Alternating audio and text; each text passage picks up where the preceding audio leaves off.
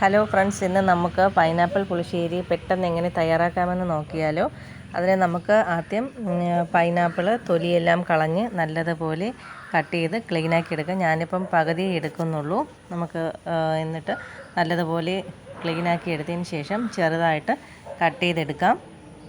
ഇതേപോലെ കട്ട് ചെയ്തെടുത്തതിന് ശേഷം നമുക്കൊരു പാത്രത്തിലേക്ക് കുറച്ച് വെള്ളം ഒഴിച്ച് ഇതൊന്ന് വേവിക്കാനായിട്ട് വയ്ക്കാം. ഒരു 5 മിനിറ്റ് അടച്ച് വെച്ച് വേവിച്ചാൽ മതി. ഇപ്പം നമ്മൾ നോക്കിയപ്പോഴത് വെന്തിട്ടുണ്ട്, ഒരുപാട് വെന്ത് പോണ്ട.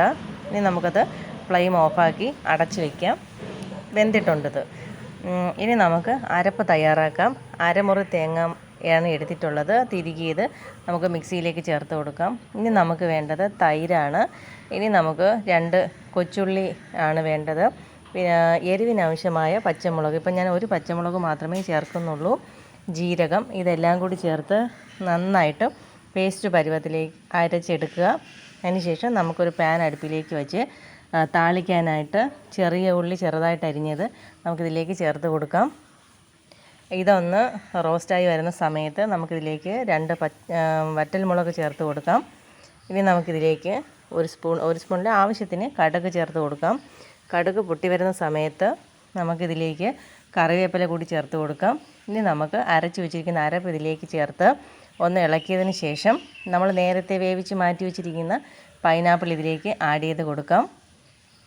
ഇനി നമ്മൾ അരച്ച മിക്സിയിൽ കുറച്ച് അരപ്പിൻ്റെ ബാലൻസ് ഉണ്ടല്ലോ, അതിൽ നമ്മൾ ആവശ്യമായ വെള്ളം, നിങ്ങൾക്ക് ഒരുപാട് ലൂസാ വേണ്ട, കട്ടിക്ക് മതിയെങ്കിൽ ആവശ്യത്തിന് വെള്ളം ചേർത്താൽ മതി. അപ്പം മിക്സിയുടെ ജാറ് നമ്മളൊന്നും കൂടി കഴുകി ഇതിലേക്ക് ഒഴിച്ചിട്ടുണ്ട്. ഇനി നമ്മൾ ആവശ്യത്തിന് ഉപ്പ് ചേർത്ത് കൊടുക്കുക.